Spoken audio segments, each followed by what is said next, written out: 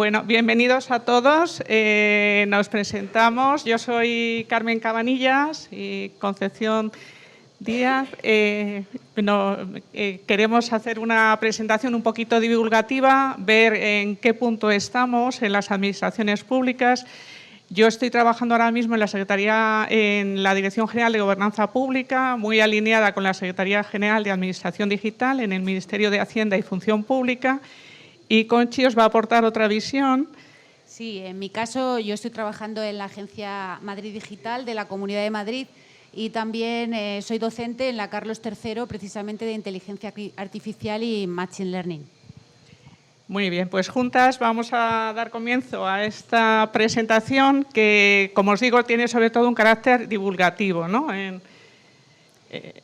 Por mi parte, sí que quería llamaros la atención de que el objetivo para mí en esta presentación es buscar la relación entre Spiderman, la inteligencia artificial y la administración pública.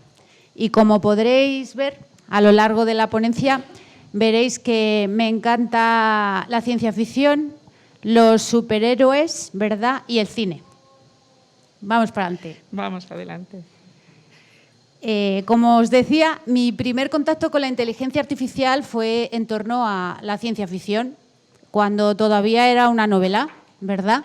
Y parecía que todo era súper irreal. Me enganché a la Marvel, ¿verdad? Y bueno, pues uno de mis héroes favoritos pues era Spider-Man.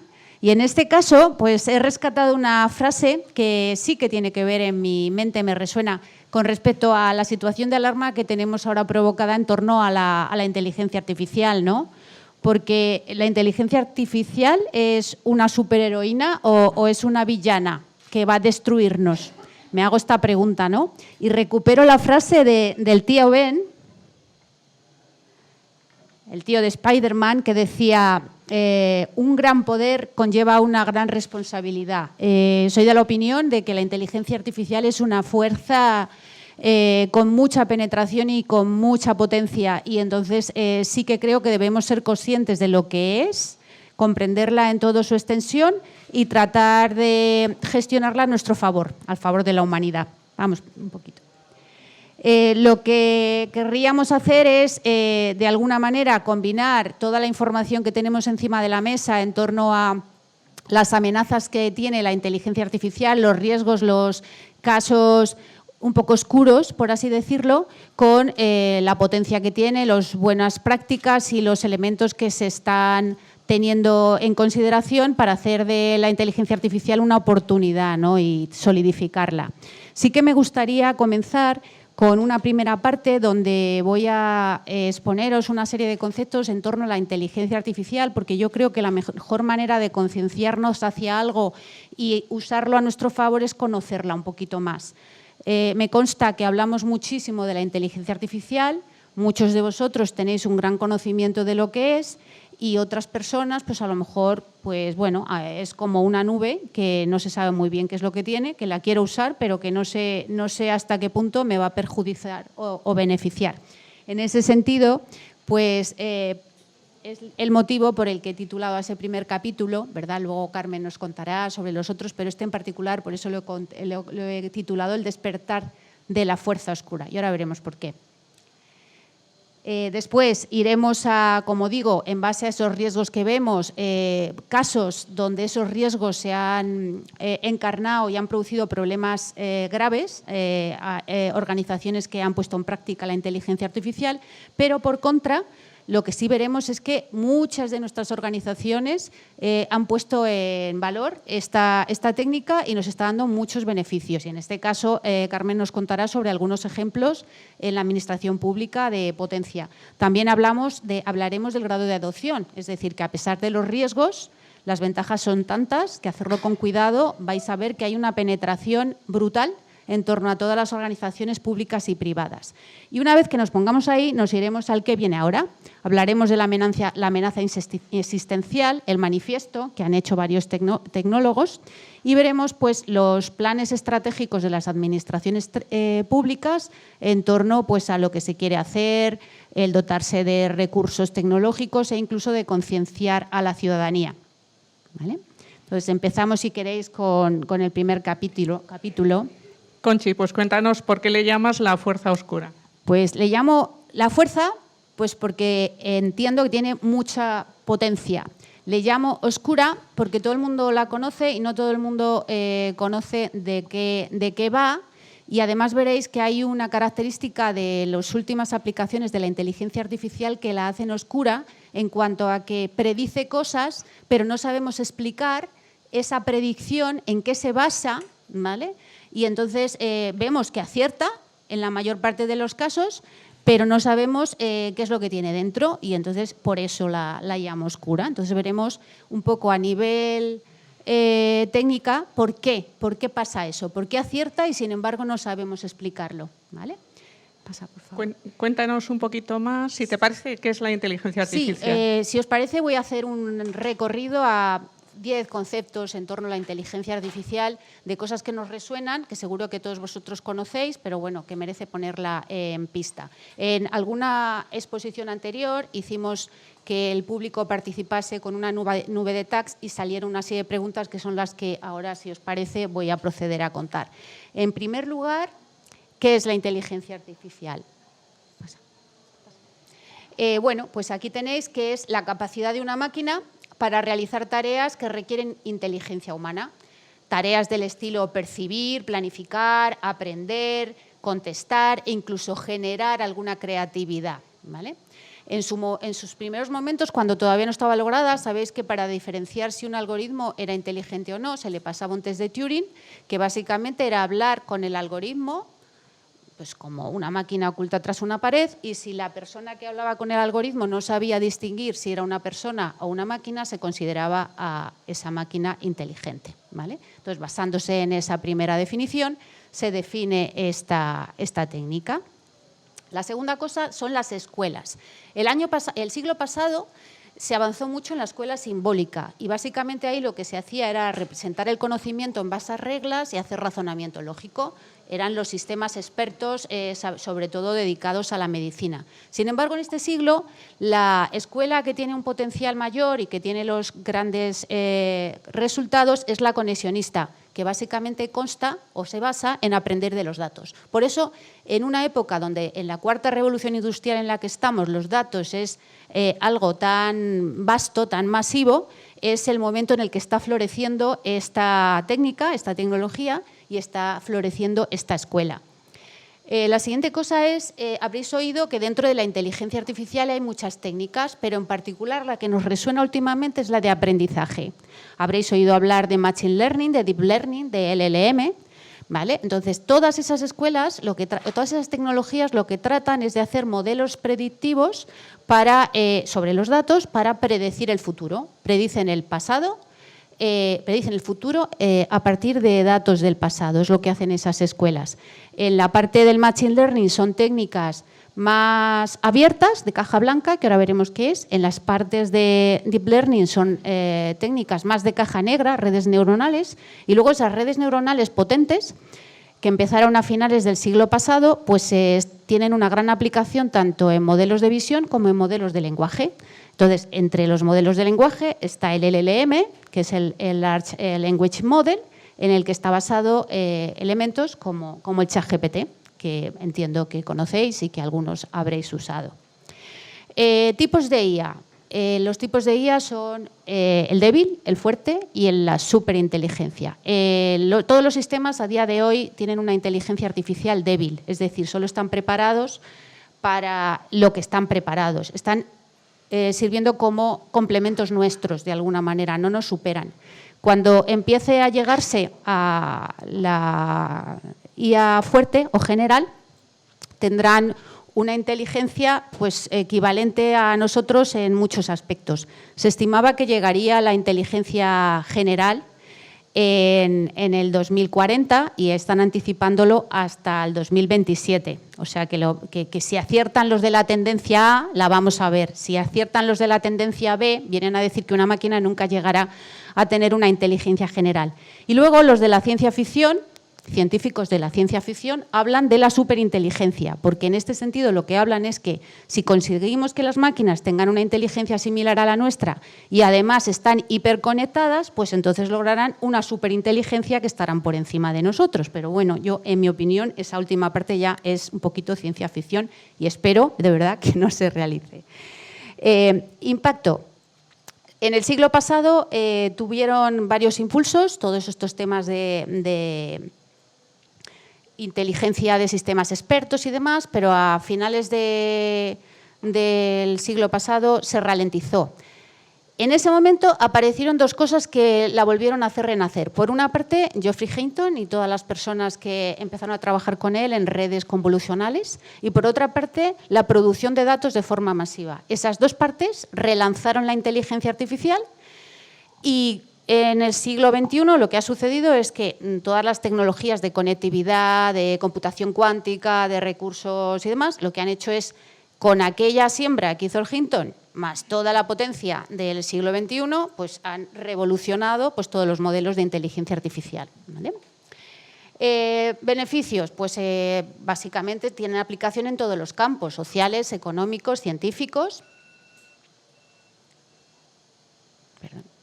Y por fin, los riesgos, ¿vale? Claramente tenemos que proteger nuestros datos de la inteligencia artificial, nuestros datos y las personas que cogen nuestros datos para entrenar a la inteligencia artificial si no damos permiso. Hay riesgos de que invadan nuestra privacidad. Discriminación, porque los datos pueden estar sesgados, o bien inconscientemente o bien conscientemente.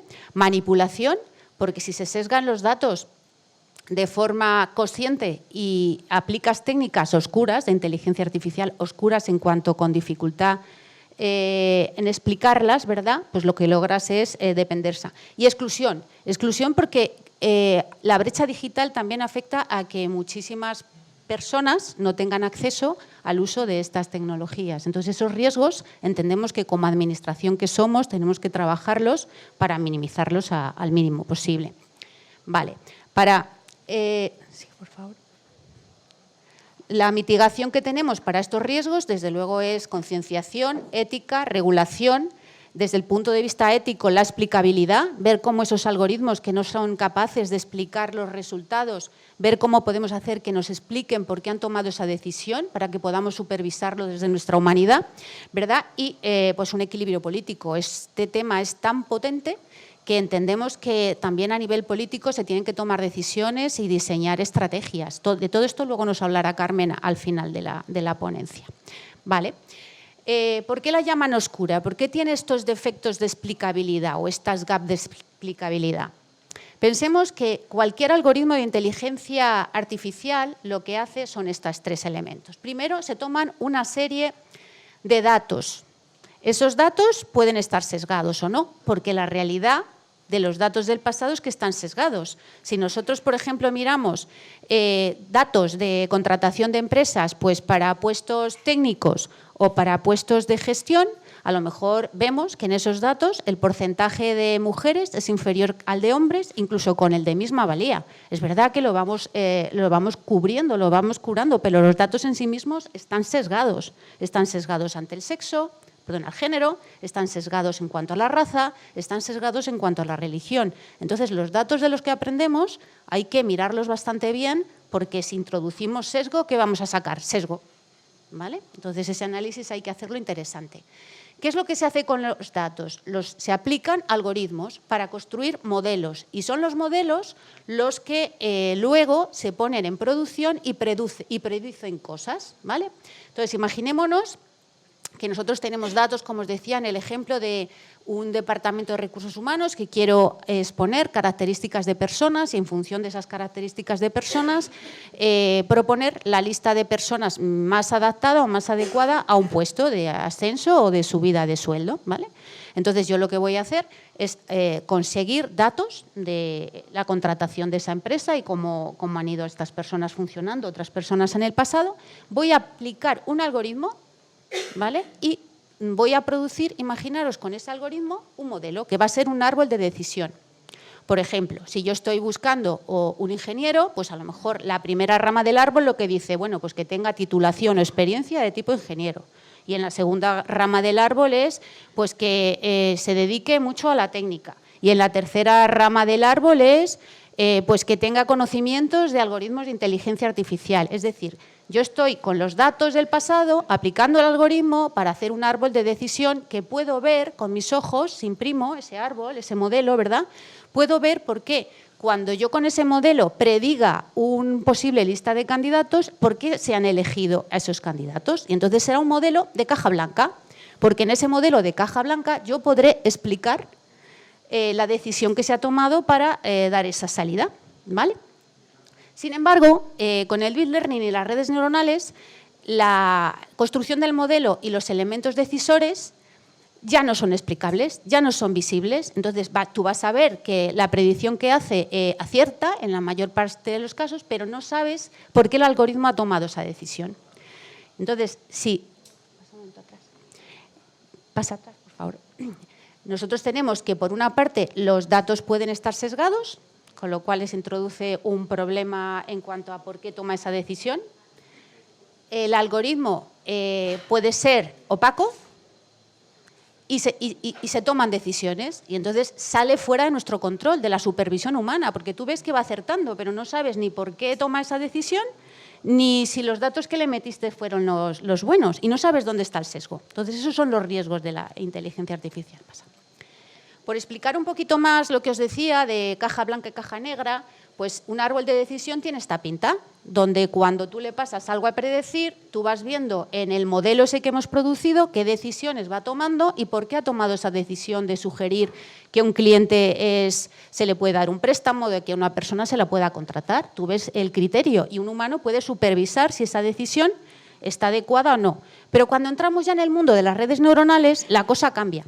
Porque un sistema de red neuronal lo que es un sistema que tiene un montonaco de neuronas distribuidas en capas y cada neurona lo que hace es ocuparse de una parte de la entrada y en base a los datos aprender un peso.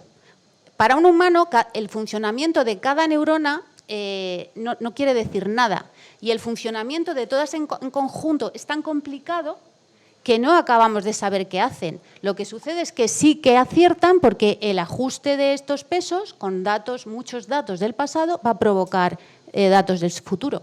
Pero en este caso lo que consigue es que acierta, pero nosotros no sabemos por qué está tomando la decisión. Vemos que acierta. Cuando tú se lo pasas a un reconocimiento de imágenes, ves que te está descomponiendo la imagen, pero no sabes qué es lo que está viendo una imagen. Os pongo un ejemplo.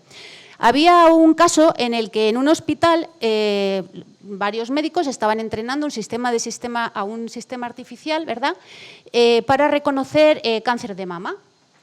Y entonces, pues bueno, pasaban fotografías de lo que es la ecografía del pecho, ¿verdad?, de la mujer.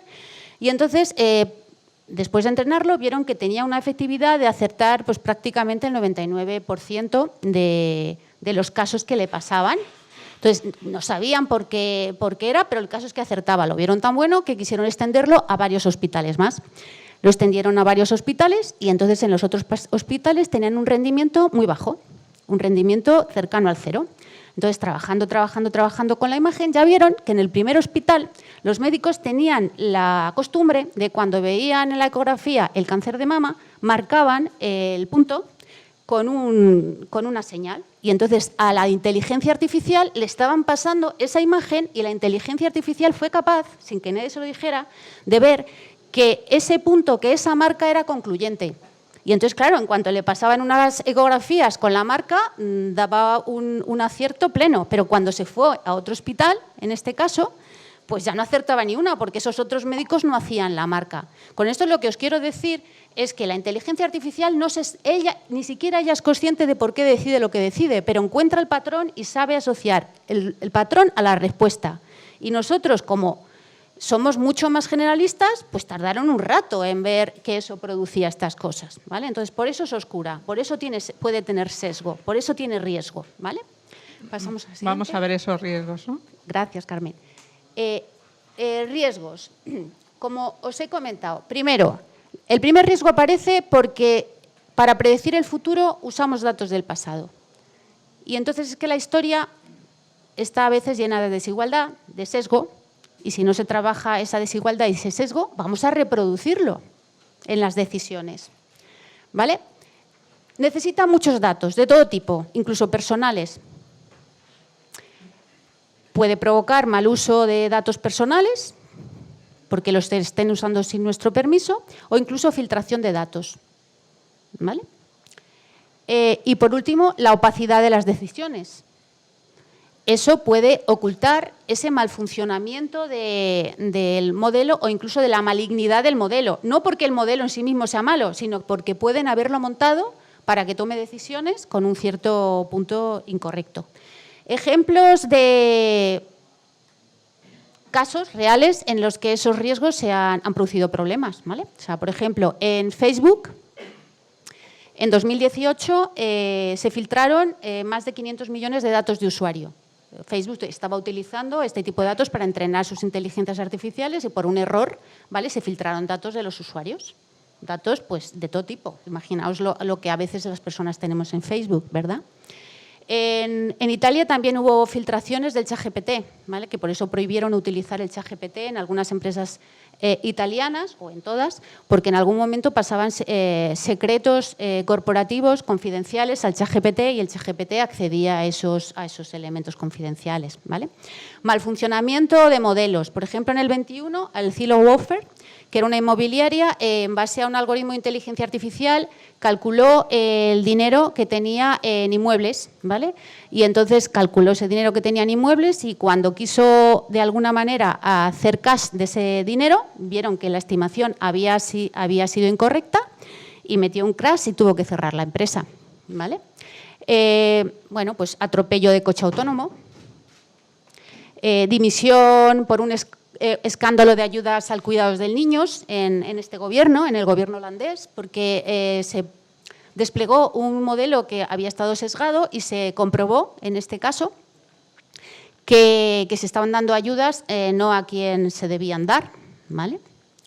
Y bueno, de sesgo reproducido, por ejemplo, en Facebook, cuando liberó un sistema para aconsejar a los recursos humanos, lo que se vio tras un par de años de funcionamiento es que las decisiones que tomaba el sistema de recursos humanos estaban sesgadas y que penalizaban no solo a las mujeres frente a los hombres, sino que penalizaban a los hombres que habían ido a escuelas que eran típicamente femeninas, ¿vale?, donde había una tasa de mujeres en este caso.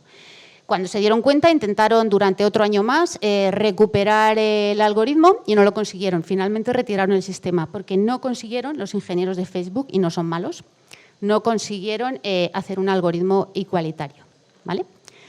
Entonces, bueno, pues como veis, riesgos importantes que afectan a las decisiones y si las decisiones son importantes para nuestras vidas, pues esto la verdad es que tiene, pues, puntos a tener en cuenta. Pero además de estos riesgos, Carmen, ¿también hay cosas positivas? Sin ninguna duda. ¿Pasamos? Sí. Vale, pues fijaros que estamos utilizando, parece que es ciencia ficción, ¿no?, que la inteligencia artificial llegará en algún momento, pero todos tenemos un montón de sistemas de inteligencia artificial en nuestro teléfono móvil, ¿no? Convivimos a menudo con ellos. Y en la administración pública, desde luego, los utilizamos con todas las cautelas que ahora después vamos a verificar, pero la medicina, tenemos aquí compañeros médicos, ¿no?, la medicina no podría llegar a resolver los problemas de una población tan extensa, tan envejecida y encima dispersa geográficamente, ¿no? Gracias a estos sistemas vamos hacia una medicina más preventiva, más personalizada, que, bueno, os he puesto ahí un ejemplo, pero tendremos muchos, ¿no? He puesto el Instituto Carlos III, pero tenemos muchos ejemplos de medicina personalizada. Tenemos también el ejemplo clásico de control de fraude, ¿no? Como, por ejemplo, la agencia tributaria es capaz de detectar el fraude analizando, pues, un volumen ingente de datos. En este caso, el algoritmo es propio, es suyo, lo crean ellos. Tenemos también en vigilancia aduanera. Sería imposible para nosotros, con los empleados públicos que tenemos hoy en día, conseguir esta detección de fraude. No siempre es directamente ir contra los malos, a veces nos ayudan, ¿no? En el último borrador de la declaración de la renta, si os habéis dado cuenta, había ciertas alertas, ¿no?, para prevenir, porque según el dato que pongamos, ya nos avisa, ¿está seguro que ese dato es así? O sea que, bueno, también nos ayudan un poco a cumplimentar adecuadamente nuestras obligaciones. Tenemos también ejemplos de movilidad. En el COVID ha sido paradigmático, ¿no?, cómo estos sistemas nos han ayudado a ver cómo se movía la población y cómo podíamos prevenir los contagios. Seguimos teniendo un proyecto muy interesante del Ministerio de Transportes actualmente, en el que se basa en los datos de los operadores móviles. Es totalmente anónimo, no sabe quiénes somos los que estamos detrás, pero sí que analiza el movimiento de la población para poder dotarnos de infraestructuras adecuadas en el momento adecuado. Tenemos también, muy importante, un proyecto que ha recibido varios premios del Ministerio de Agricultura, el proyecto Arbaria, que nos sirve para prevenir y predecir los incendios. O sea que veis que tenemos proyectos muy variados. Muy importante para nosotros en la Administración Pública la mejora de la atención ciudadana, de los servicios ciudadanos.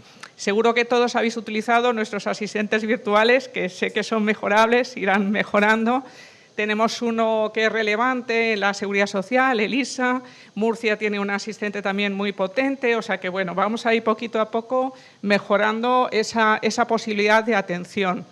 Luego, aunque estrictamente no son sistemas de inteligencia artificial, porque aquí hay varias tendencias, tenemos también los robots de software que nos ayudan a automatizar tareas, los RPAs, que habréis oído hablar de ellos. Esto lo que hace es que realmente hace lo mismo que haría un humano, pues comprobar muchas fuentes de información y consolidarlas en una. Nos ahorra muchísimo tiempo, trabaja 24/7 y lo estamos utilizando en expedientes muy voluminosos, como pueden ser los de cancelación de antecedentes penales en el caso del Ministerio de Justicia. Tenemos una ayuda fundamental, que aquí vais a ir a hablar al CCN, en el tema de ciberseguridad. No podríamos defendernos de la cantidad de ciberataques que tenemos, podríamos haber puesto el mapita de los que sufrimos sin utilizar la inteligencia artificial. Aquí tenemos nuestro aliado tecnológico, que es el CCN, que consolida toda la información, todos los logs de los sistemas y es capaz de detectar estos patrones que nos comentaba Conchi, ¿no?, de manera preventiva. Seguro que me dejo a alguien, perdonadme, porque son muchas. Bueno, también muy importante en la traducción, ¿no?, en las redes neuronales que nos ha comentado Conchi, muy utilizadas en traducción con muy buenos resultados. Nosotros tenemos una plataforma que se llama Plata, que la provee la Secretaría General de Administración Digital y, menos el euskera, que es muy complicado, el resto, la traducción es de mucha calidad. Tenemos también temas para mejorar nuestra lengua, tanto el castellano como las lenguas cooficiales. Sabéis que le dieron la silla, no recuerdo ahora si era la R pequeña, a Asunción Gómez, y tenemos proyectos muy importantes, como el Leia, de uso adecuado del lenguaje. Tenemos otro proyecto muy interesante en el que se ha volcado todos los volúmenes de la Biblioteca Nacional en el Centro de Supercomputación de Barcelona, que esperamos también de muy buenos resultados. Aquí la pretensión, porque todos los asistentes hablan en inglés por defecto, es que directamente se hable castellano o cualquier otra lengua cooficial para permitir esa riqueza de nuestra lengua. Bueno, ¿tenemos datos de la penetración? Tenemos datos. Vamos a ver primero unos datos globales de cómo está España, porque como bien nos ha dicho Conchi, para que todo esto funcione, porque estos sistemas son de los años 50, la diferencia que tenemos ahora es que tenemos mucho volumen de información, muchos datos de gran calidad.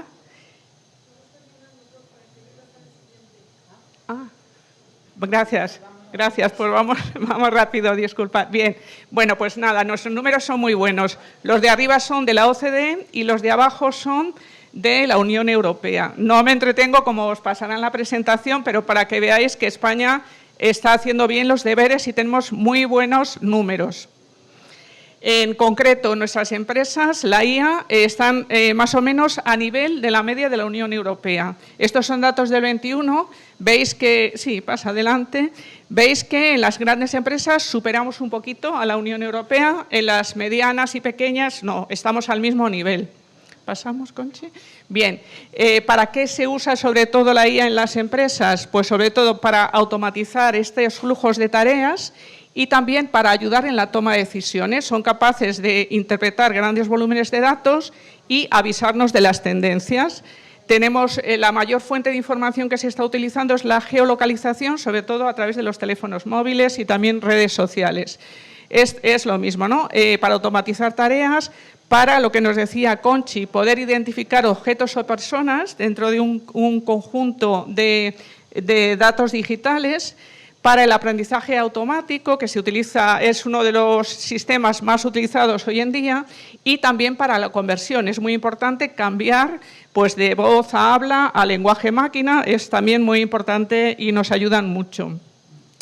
Bueno, no me entretengo aquí, es un poco cómo va cambiando el uso de estos distintos sistemas, porque siempre se habla de la inteligencia artificial como una, pero veis que tenemos muchos sistemas diferentes con muchas aplicaciones distintas y vemos cómo lo vamos utilizando a lo largo del tiempo y hay una pequeña variación entre las empresas de más de 10 empleados y las microempresas, pero veis que todas lo van utilizando. Cambia casi, vale. Vamos al futuro rápidamente. Y en este caso, compartir con vosotros las noticias de ¿es la IA una amenaza existencial? ¿Vale? Aquí se maneja en torno a tres elementos. Dependencia extrema y vulnerabilidad. Hay ya personas que se están encariñando del ChatGPT y hay una dependencia emocional, sobre todo en niños. La IA como arma en manos de los humanos, si sesgamos los datos en entrada y encima tenemos datos y algoritmos opacos, resulta que las decisiones que tengamos pueden impactar a nuestras vidas y podemos ser manipulados. Y la última, la supería fuera de control. Predicen en el 27 la inteligencia general y que a partir de esa época pues van a estar por encima de nosotros. En este sentido, ¿quién es el que dice todo esto? Pues básicamente el padrino de la inteligencia artificial. Sabéis que Geoffrey Hinton fue el que empezó a diseñar y montó toda la parte de redes convolucionales, que ha sido director técnico de Google y que hace unos meses ha dejado la compañía para poder hablar con claridad y alertarnos de todas estas cosas. Con lo cual, nuestra vida, según algunos, puede convertirse en una de pelis, pero de pelis de ciencia ficción terror. Esta es una visión de la película, ¿vale? Complementariamente a esto, varios científicos, técnicos, empresarios han lanzado hace unos meses una moratoria para parar el desarrollo avanzado de la IA mientras que tomamos control sobre ella. Entonces, esto también es, bueno, como poco cuestionable, porque fijaos que algunas de las personas que aparecen firmando esa moratoria, ¿verdad?, pues son personas como Elon Musk, ¿vale? Entonces, cuestiona el sesgo, cuestiona la manipulación y, bueno, pues tiene prácticas empresariales que realmente tampoco tienen esto. Lanzan frases como, los peligros de la IA me mantienen despiertos por la noche, estamos un poco preocupados, el de OpenAI, ¿verdad?, pero muchas personas también creen que esta parte del manifiesto son llamamientos de atención de estas empresas y de estos científicos, más bien empresarios que científicos, para poner encima de los demás que son líderes responsables, de alguna manera. O sea, que ahí están las dos lecturas, ¿vale? Y nada, ahora os dejo con Carmen que os cueste un poquito las tendencias, donde a pesar de esto, pues parece que la cosa no tiene eco. Sí, porque vamos a ver que posiblemente estemos en una guerra comercial, ¿no?, entre China, Estados Unidos y parte del mundo. Entonces, vamos a ver el uso ya a nivel global de los sistemas de inteligencia artificial y también para qué el uso fundamental para el que lo estamos realizando. Veis que el primero, en primera posición muy destacada, es el lenguaje, para poder interpretar el lenguaje y crear sistemas que nos apoyen en este sentido. El siguiente sería el multimodal, que es capaz de trabajar con distintos tipos de datos, voz, vídeo, simultáneamente. Tenemos también para dibujo, para vídeo, para conversación, fundamental, conversión de texto a vídeo, también muy importante, y para juegos, ¿no? Pues tenemos, veis, muchísima diversidad. ¿Y quién está trabajando en estos sistemas? Pues fijaros que por delante tenemos a Estados Unidos, Alaska y Gran Bretaña. Después tenemos también Canadá, Rusia, por supuesto, un poquito más atrasados, Francia, Alemania y luego ya estamos en el resto de Europa, México, Argentina, ¿no? Entonces veis que está todo el mundo trabajando en estos sistemas. Los beneficios que aportan estos sistemas son también muy variados, no me voy a entretener en leerlos por el tiempo, pero básicamente mayor eficiencia, más productividad y también capacidad de crear nuevos servicios porque ves la demanda y puedes personalizar ese servicio fundamentalmente. A nivel de robots, porque siempre hablamos de software en inteligencia artificial, pero también utilizamos robots industriales. Y fijaros la ventaja que nos lleva China, ¿no? Que es una potencia en este sentido. Después Japón sería la siguiente. ¿Para qué los utilizamos? Pues fijaros que en todos los sectores están afectados por los sistemas de inteligencia artificial. Especialmente se usan más en tecnología y comunicación, pero veis que los tenemos absolutamente en todos los sectores. El número de regulaciones, este dato también es muy importante. Este es uno de los principales informes, perdonad que no os lo he dicho, el iBusiness Report. Fijaros que todo el mundo está preocupado y está regulando. Y fijaros en España, que aunque hemos dicho que no somos los más potentes, sí que tenemos mucha regulación en todas las comunidades autónomas. Estamos preocupados por usar adecuadamente estos sistemas. Tenemos estrategias, ahora mismo tenemos un buen momento porque tenemos fondos europeos que nos ayudan y marcos estratégicos que nos orientan hacia dónde tenemos que ir con estos sistemas para mejorar la sociedad. Recientemente sabéis que se ha creado la Agencia Nacional de Supervisión de la Inteligencia Artificial, persigue revisar la concienciación, formar y controlar que esto se use adecuadamente. Somos pioneros en el sandbox regulatorio de IA con la Unión Europea y tenemos también un observatorio que está empezando a funcionar de los algoritmos, ¿no? Lo que nos decía Conchi, de poder controlar esos algoritmos, el resultado real que están produciendo. Todo esto enmarcado en planes nacionales, como es el plan de la inteligencia artificial español, que fuimos pioneros. Tenemos la Carta de Derechos Sociales, que aunque no es una norma, sí que es una declaración de intenciones y nos protege también de los sistemas de inteligencia artificial. Sabéis que con la presidencia de España se pretende, a final de la presidencia, que se apruebe el Reglamento Europeo en Inteligencia Artificial. España está en los trílogos y se está trabajando intensamente en ello. Es un reglamento interesante, con la misma aproximación que el Reglamento de Protección de Datos, ¿no? De revisar el riesgo, es una aproximación al riesgo. Vamos a utilizar los sistemas que sean menos invasivos con los derechos fundamentales de la Unión Europea y vamos a dotarnos de ciertos mecanismos, muchos de los cuales tienen que aportar las empresas, tienen que certificar esos sistemas para comprobar que se usan adecuadamente. El objetivo global, ¿cuál es? Convertir a la Unión Europea en una gran potencia, en un gran mercado de datos, porque los datos, como nos ha dicho Conchi, son el combustible para que todo esto funcione. Y perseguimos que los datos se puedan mover libremente, con garantías, pero libremente entre todos los Estados miembros y entre los sectores, porque normalmente tenemos los datos en silos, ¿no? El sector médico no se relaciona con el agroalimentario, ¿no? Entonces se pretende que todo esto tenga movilidad controlada. Esta sería la estrategia que tenemos en inteligencia, el reglamento muy básico para que veáis que lo que sobre todo persigue son obligaciones para las empresas que están produciendo estos sistemas y que nos aproximábamos a gestionar ese riesgo. Nuestra estrategia de inteligencia artificial, que entre las primeras medidas que ha hecho ha sido crear una oficina de estrategia del dato, porque como decimos es uno de los elementos fundamentales para que todo esto funcione y bueno, y algunos otros elementos que son interesantes y como os dejamos la presentación no nos entretenemos ahora. Muy importante, ¿no? Todas estas estrategias van orientadas a lo que nos ha contado Conchi, a intentar eliminar estos riesgos, ¿no? Que no haya discriminación con los algoritmos, que consigamos una cierta transparencia, que podamos garantizar que no dejamos a nadie fuera, que todo el mundo va a poder usar estos sistemas y, muy importante, que las personas van a tener derecho a que sea supervisado el resultado por un humano. ¿Vale? Que no nos vamos a fiar directamente de la máquina. Podemos pedir que se revise ese resultado. Bueno, estamos enmarcados también en la brújula digital, que persigue pues, utilizar la tecnología para mejorar la vida en Europa. Tenemos muchos elementos distintos a nivel de infraestructuras, de apoyo a las empresas. Muy importante en este sentido de la charla la concienciación y la formación en capacitación digital. Fijaros que tenemos, ahora mismo tenemos aproximadamente al 60% de la población española con capacidad digital y queremos llegar al 80% en el 2030.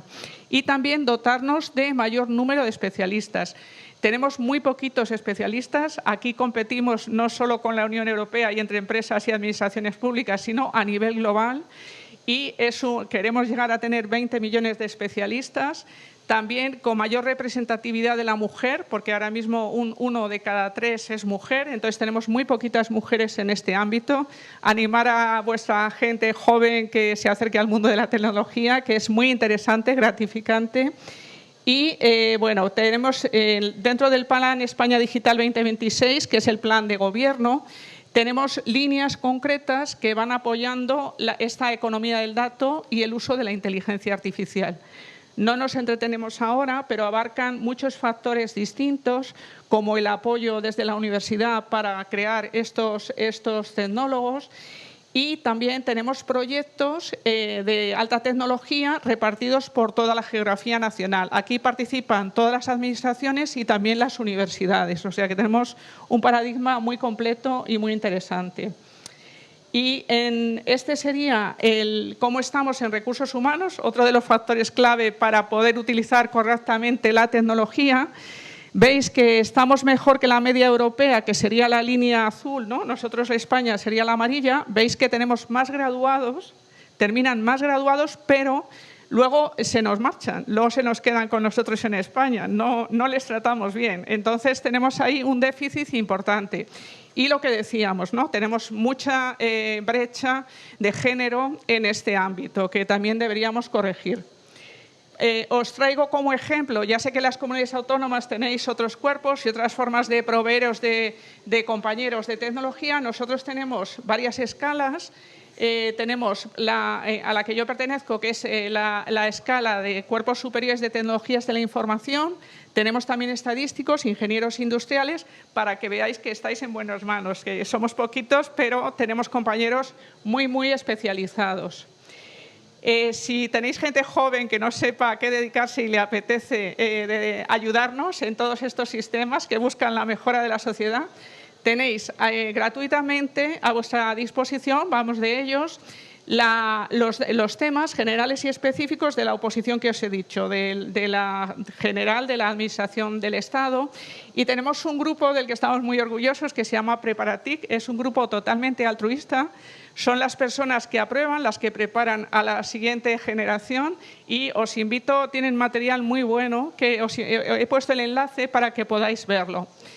Por si yo no os he convencido, os dejo un pequeño spot que hemos hecho con fondos europeos en función pública, a ver qué os parece. ¿Y si encontrara una fórmula que eliminara la contaminación de los ríos? ¿Y si la movilidad sostenible dependiera de mis ideas? ¿Y si pudiera reducir las desigualdades con Big Data? ¿Y si creara una inteligencia artificial para mejorar nuestros campos? Todo se puede hacer de una manera mejor. ¿Y si fuera la tuya? Empleo público. Un reto para ti, una mejora para todos. Campaña financiada por la Unión Europea Next Generation. Plan de recuperación. Ministerio de Hacienda y Función Pública. Gobierno de España. Los que no estáis en la administración pública, que con estos venís.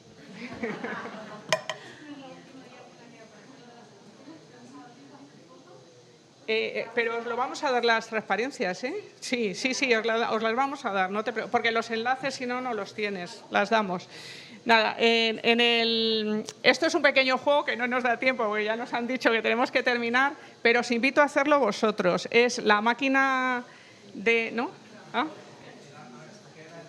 Yo creo que teníamos 2 horas, ¿no? Claro, es que por eso aquí vamos a terminar, porque nos hemos acelerado, porque nos han dicho que... O sea, que vamos a acabar.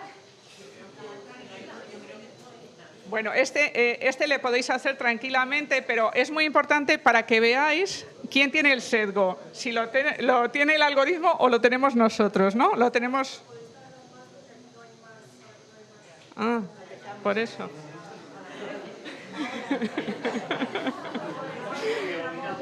Pues...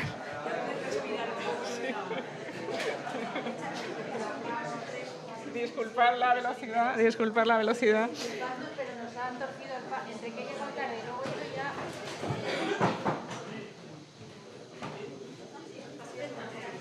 Oye, es un día incidentado hoy.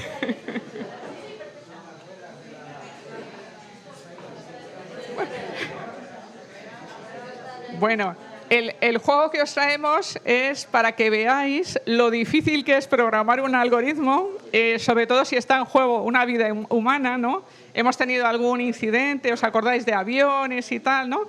Y esto es el típico juego que se llama el algoritmo del tranvía, ¿no? Que tienes que decidir a quién matas, porque es un coche autónomo y tú tienes que programarlo para ver a quién prefieres que sobreviva, ¿no?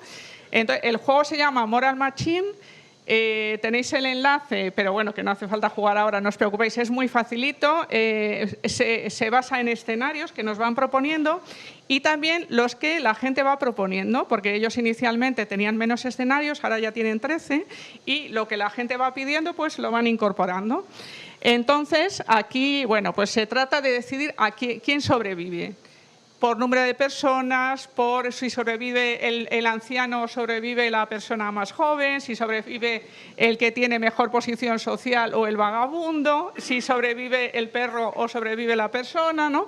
Y os voy a enseñar el resultado. Si en la misma página de inicio, si veis relacionado con el juego, veis los resultados y fijaros la diferencia que impone la cultura, ¿no? Porque vemos la parte amarilla sería cómo respondemos en España y la parte más verde es cómo responden en China. Entonces, vais a ver una gran diferencia de a quién protegemos más. Por ejemplo, tenemos ahí, ¿no? ¿Quién sobrevive? Los más jóvenes, para nosotros, protegemos más a los más jóvenes que a los más mayores. En China, todo lo contrario, ¿no? Las mujeres estamos ahí, un poquito mejor en Europa. El número de personas también. En Europa protegemos a que sobreviva el mayor número de personas posible. En relación con animales, China lo tiene claro, la persona. Nosotros ahí ya tenemos alguna duda, ¿no?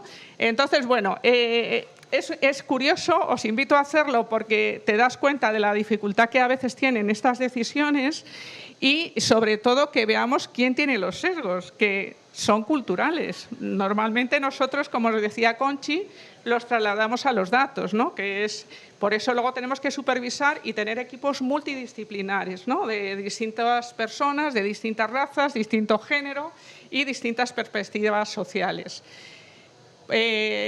Aquí simplemente os quería reflejar la importancia de la ética, porque, claro, una cosa es que lo que la tecnología nos deja hacer, que nos deja hacer muchísimas cosas. Luego, la regulación nos acorta un poquito el círculo. Luego, según la organización en la que estemos, también podemos tener un círculo un poquito más cerrado. Pero realmente lo que va finalmente a decidir es la ética.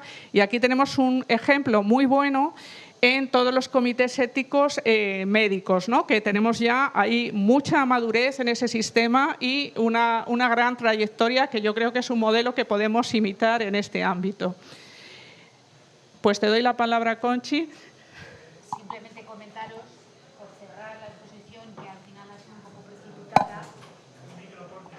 Gracias.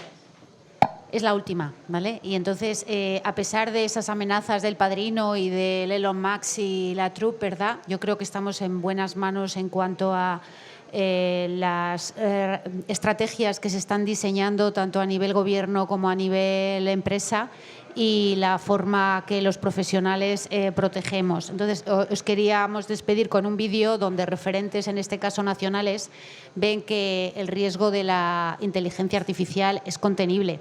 O sea, que esto ha venido para quedarse, que tenemos que estar concienciados y entenderla, exigir que sea igualitaria, pero que por lo menos no prevén que sea el fin del mundo, sino que prevén que sea una oportunidad.